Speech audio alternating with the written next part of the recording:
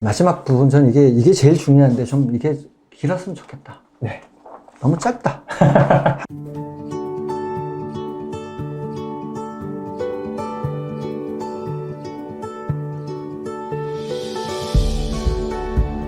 네, 안녕하세요. 월간 교계 이슈픽입니다.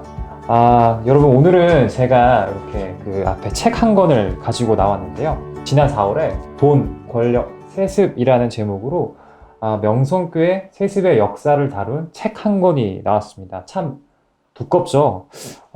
이름이 돈, 권력, 세습이라고 되어 있는데 좀 교회와 어울리기에는 조금 어울리지 않는 것 같기도 하고, 명성교회 세습을 좀 생각해보면 어울리는 것 같기도 합니다. 저희 교회개혁 실천연대를 포함한 여러 기독 단체들이 모여서 명성교회 세습의 좀 역사를 정리해보는 어떤 그런 백서 같은 책인데요. 그래서 오늘은 이 책과 관련해서 좀 이야기를 나눠보고자 합니다. 책 발간에도 좀 도움을 주시고 명성교회 세습반대 운동에 또 앞장서 오신 사랑누리교회를 섬겨주시고 또 교회개혁 실천연대 집행위원장직을 또 맡아주시는 김정태 목사님을 모셨습니다. 목사님 안녕하세요. 안녕하세요. 안녕하세요 목사님. 반갑습니다. 네, 반갑습니다. 목사님 혹시 책 보셨죠? 예, 열심히 봤습니다. 근데 저는 사실 좀 보기 좀 겁나더라고요. 제가 책을 고를 때 딱 두 가지인데 혼자 서는 책과 혼자 서지 않는 책 이렇게 제가 구분을 하는데 이게 혼자 서더라고요. 그래서 보니까 이게 무서운 책이네요. 굉장히 진짜네. 보기가 겁나더라고요. 그래서 6페이지, 한 1000페이지가 넘더라고요. 그래서 아무튼 이 책이 보니까 명성교회 세습의 어떤 그런 과정들도 담았고, 명성교회 그 세습 반대 운동의 어떤 역사도 담았는데, 책 발간하면서 어떤 감회가 좀 있으실 것 같아요. 예, 책 발간에 좀 도움이 실제로 별로 안 됐고요. 예, 교단 내부에서 함께 오셨던 분들이 네네. 이제 교단 내부 이야기를 많이 적으셨던 거고, 저는 이제 바깥에서 교육의 실천연대 관련, 세반영 관련해서 움직였기 때문에 책 자체에는 큰 전혀 도움이 안 됐는데, 도움이 된 게 있으면 사진이 몇 컷 나오더라고요. 잘 나오셨던데요? 책 안에 들어간 사진들이 그래도 네네. 몇 군데 계속 좀 여러 군데 있어서 예. 그런 면에서는 편집에 도움이 됐겠다는 생각을 합니다. 저희가 좀 이 책을 좀 중점적으로 좀 이야기를 해보려고 그러는데요. 이게 보시면은 저희가 1부, 2부로 나눠져 있어요. 1부는 세습금지법이 이제 통합교단에서 결의된 이후부터 해가지고 이제 명성교회 세습이 이루어진 때까지 이런 어떤 그런 과정들을 좀 정리가 되어 있고요.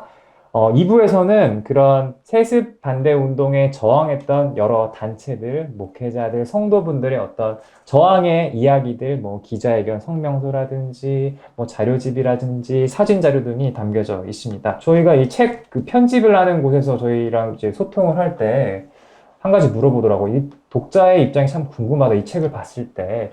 목사님, 독자의 입장으로 봤을 때 이 책 좀 어떠신 것 같아요? 아까 말씀하신 일단 두껍다. 네. 예, 일단 두껍다 생각이 들고요. 사실 읽으면서는 제일 중요한 거는 이게 사실 피눈물 담긴 책이거든요. 맞습니다. 내부에서 동남노예 비대위분부터 시작해서 아는 분들과 싸우기 위해서 너무 고생 많이 하셨던 분들의 피와 땀과 눈물과 애타는 마음에 가득 담긴 그 역사의 현장을 담은 기록이라서 만드느라 고생하셨다. 그리고 이런 역사에 대한 기록은 반드시 필요하다는 의미에서 수고 많이 하신 분들에게 감사를 먼저 드리고 싶어요. 네. 독자 입장에서 읽으면서 우리가 여기서 참 이렇게 됐구나. 그런 고민되는 지점들이 좀 있고요. 자, 아쉬운 거는 일부가 너무 짧아요. 예. 명성교회 어떤 세습의 어떤 과정들. 네. 책의 10분의 1 정도인데 일부가 이 두꺼운 책에 실제로 명성교회 세습이 어떤 문제가 있는지를 이제 학적으로도 규명하고 실천적으로도 규명하고 이런 역사를 다루고 했던 부분이 일부이고 2부가 90% 정도 되더라고요. 거의. 네, 거의 페이지 숫자를 보니까. 그러니까 일부를 좀 더 앞으로 이 후속작으로 일부를 좀 더 다른 교단의 세습운동까지 좀 연대해가면서 그런 거를 좀 더 포괄적으로 교단 내부의 문제만이 아니라 교단 외부에서 어떤 노력들이 왔는지를 좀 큰 차원에서 한번 더듬는 것이 좋겠다는 그런 생각이 좀 들었어요. 왜냐면은 명성교회 세습 문제가 그래도 세습 문제화 된 것은 그 이전에 활동해왔던 많은 세습 반대 운동들이 문제 삼고 그것을 위해 그 반대를 위해서 애를 썼던 분들의 영향력과 그 통로들이 있었기 때문에 이 문제가 불거진 거거든요. 그래서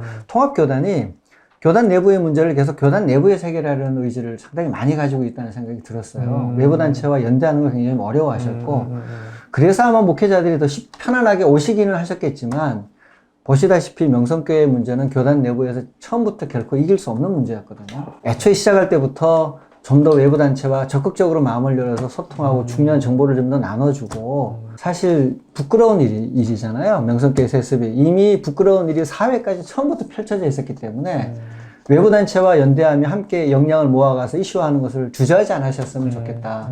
그런 의미에서 통합 측 내부의 보고서이지만 장기적으로는 한국교회 명성교회가 한국교회 전체를 지금 파괴한 것처럼 통합교단이 한국교회 전체의 세습 문제를 좀 진단하면서 네. 함께 고민하고 좀 넓혀나가는 의미의 후속작이 좀 더 있으면 좋겠다. 이렇게 끝나지만 그런 생각이 듭니다. 뭐 아까도 얘기했지만 책이 좀 두꺼워서 좀 보기가 겁이 나요. 사실은 저도 이거 다 못 읽었는데 이걸 다 못 읽을 것 같은데 못 읽죠. 근데 좀 목사님 보시면서 그래도 요 내용만큼은 좀 읽어보셨으면 좋겠다. 요 내용 읽으시면은 대략적인 이 책의 흐름을 파악하실 수 있을 것 같다라는 좀 부분이 있을까요? 제 생각에는 사실 실패했잖아요. 우리가 이 길이라고 생각하고 아직 지지 않았다고 마음은 먹지만 현실적으로 105회 총회를 기점으로 패배한 거거든요, 사실. 여러 장치에서 이미 실패했던 기록이기 때문에 두 가지를 봤으면 좋겠다는 생각이 듭니다. 명성교회가 얼마나 치밀하게 준비하고 얼마나 끈질기게 얼마나 악랄하게 이 문제를 계속 치고 나오고 있었는지에 대한 명성교회 측의 기록을 열심히 좀 봤으면 좋겠고요. 그런 면에서 그 부분을 뼈 아프고 괴롭고 화가 나지만 반했으면 좋겠고 두 번째가 그 움직임에 대해서 대응해왔던 우리들이 얼마나 힘들었는지 그리고 그 일이 얼마나 어렵고 힘든 건지 또 그러면서 사실 이런 일들을 놓고 교단 내부에서 모여서 함께 대응한 경험이 거의 없거든요. 통합측 같은 경우는 거의 없어서 그런 의미에서 우리가 어느 부분에서 어떻게 실수했는지 어느 부분에서 결집되지 않았는지 일단 전략적인 차원에서 어느 부분이 부족했기 때문에 대세를 백사회 총회에서 이긴 것처럼 총회 재판국까지 해놓고 105회에서 완전 뒤집어질 정도로 져버렸는지 우리 너무 순진했거든요. 그런 데 대한 반성의 차원에서 대응 과정에서 뭐가 부족했는지를 좀 고민하면 보면 좋겠어요. 그렇군요. 마지막으로 제일 중요한 거는 맨 끝에 있는 타임 네. 부서 같아요. 제가 보기에는 맨 끝에 명성교회 세습 그 이후에 어떻게 하면 좋을지 그런 이제 고민들을 마지막에 적은 게 있는 명성교회 세습을 넘어오라는 마지막 챕터가 네. 매우 간략하게 적혀 있는데 네. 여기에 사실 제일 중요한 게 다 들어있거든요. 교단 내부의 모든 문제가 네. 총대 구성의 문제. 그 많은 총대들이 왜 김성환 목사 나왔을 때 다 갑자기 돌아서듯 수습을 찬성했을까? 근데 현장 교회의 일반 교인들과 대부분의 사람들은 세습이 나쁘다고 다 생각하는데 네. 그게 왜 의견 수렴이 되지 않을까?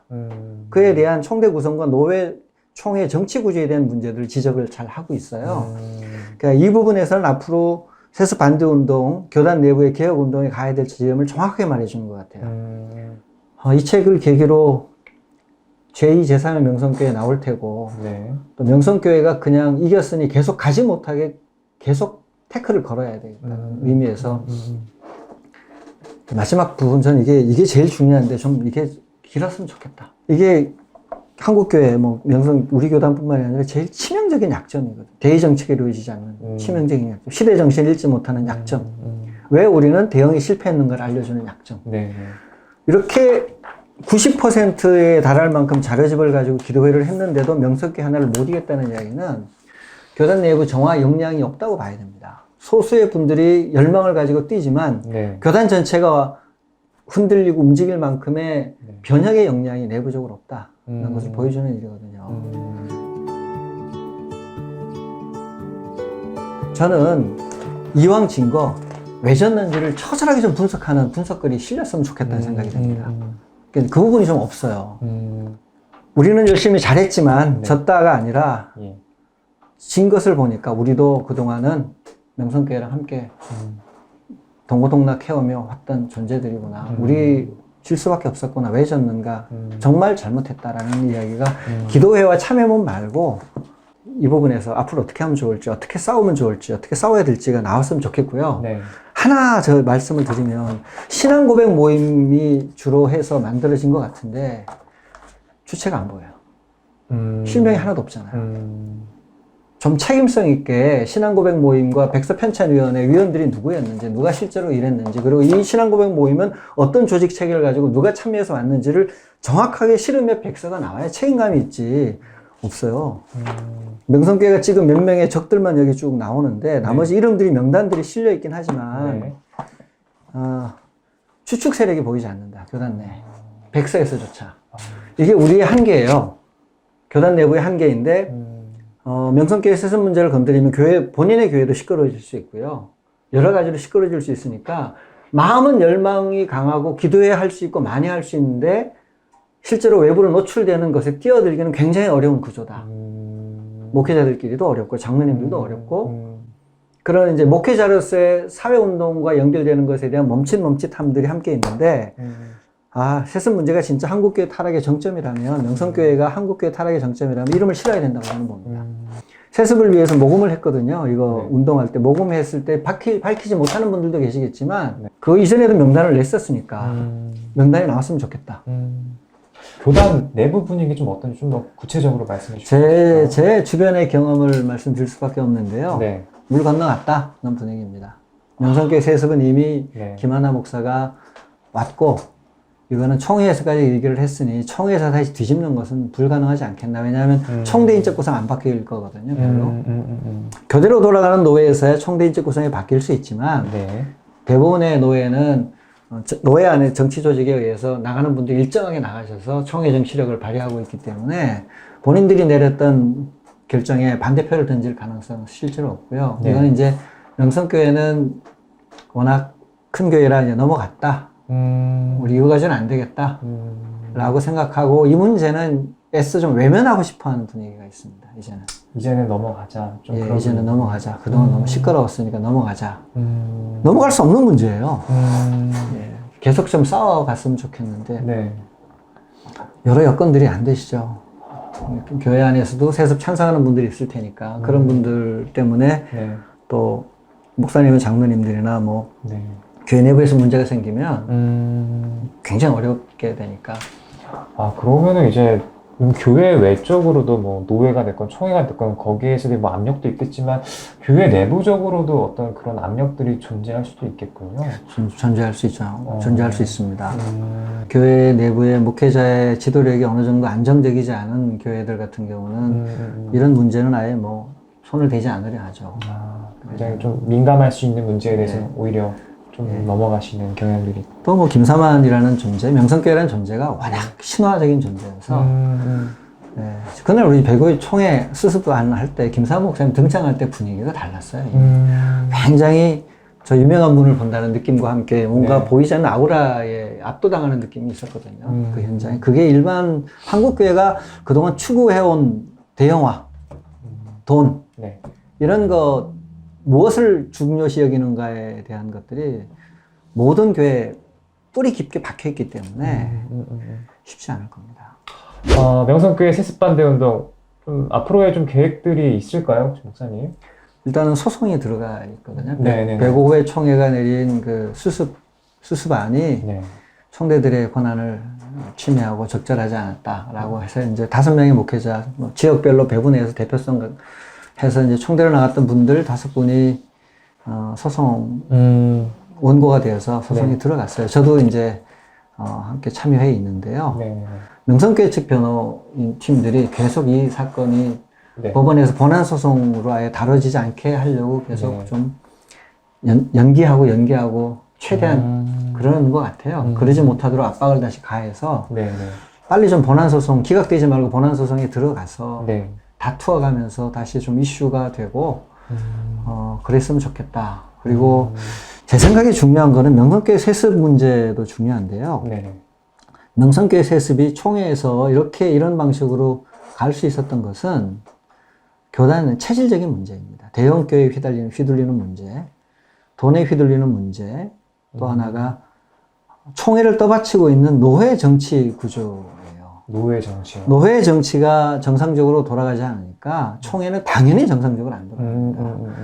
가장 실질적으로 좀 길게 보고 싸워야 될 지점은 네. 노회 개혁인 것 같습니다. 아, 오히려 총회보다도 노예를 먼저. 예. 예. 그렇군요. 노회 개혁을 해서 총대로 나가는 분들을 네. 바꿔야 됩니다. 사람이 바뀌어야 뭐가 바뀌지, 간 사람의 생각을 바꾸는 일은 거의 불가능한 것 같거든요. 총회로 나가는 총대들의 인적 구성을 바꾸기 위해서는 노회 네. 정치 구조가 바뀌어야 돼요. 일들이 참 많은데, 노회에서 총대로 나가는 분은 거의 다 항상 정해져 있어요. 뭐 투표는, 제가 속한 곳만 해도요, 투표는 요식 절차예요. 그 이전에 이미 여러 계보들에 의해서 누가 나가면 좋을지 다 짜서 나와서 그냥 목사, 장로, 총대 갈 사람 다 투표돼 있고 출마도 없고요. 총대는 출마도 없어요. 그래 놓으니까 아무것도 할 수 없는 상황. 그 와중에 불미스러운 소식들도 들리고 이걸 놓고는 노예 내부에서는 계속 문제 제기를 해가고 있는데 네네. 쉽지 않습니다. 그러고 보니까 이 총대에 선출하는 곳이 이제 노예다 보니까는 정말 이 노예 체질을 바꿔야 된다는 말씀. 앞으로도 이제 교회개혁 실천연대가 좀 더 중점적으로 운동해야 될 부분인 것 같기도 합니다. 저희가 계속해서 이제 세습 반대 운동을 계속해서 해 나가고 있는데, 이 명성교회 세습 반대 운동뿐만이 아니라 앞으로 한국교회 전반의 이 세습 반대 운동을 펼쳐 나가는 데 있어서 목사님이 생각하시는 어떤 큰 방향성 같은 게 있을까요? 단지 세습으로 네. 불거진 거지만 네. 제일 핵심적인 문제는 교회의 복음이 자본주의에게 돈에 삼켜져 있는 게 가장 큰 문제인 것 같습니다. 교회 내에 복음이 건강하지 않으니까 배형과 돈을 많이 할 수 있는, 권력을 추구하고 명예를 추구할 수 있는 나쁜 의미의 정치하는 분들이 힘을 얻게 되고, 그것이 세습이라는 것으로 겉으로 드러난 거니까요. 그 세습 반대 운동을 집요하게 하지만 근본적으로는 세습을 떠받치고 있는 한국교회의 자본에 잠식되어 버린 한국교회 영적 구조와의 싸움이 될 것 같습니다. 이게 이제 세습도 되고 네. 또는 목회자의 뭐 재정 횡령도 되고 네. 또 돈과 권력이 있기 때문에 잘못을 저지르고도 네. 노예 재판국에서 아무 문제 없음을 판결을 받아내기도 하고 신음하는 성도들은 할 수 없이 노예를 뛰쳐나가서 가기도 하고, 이 눈물을 흘리는 성도들이요. 네. 목사님들이 노예에서 이렇게 편파적으로 우리들의 이야기를 듣지 않을 줄 몰랐다.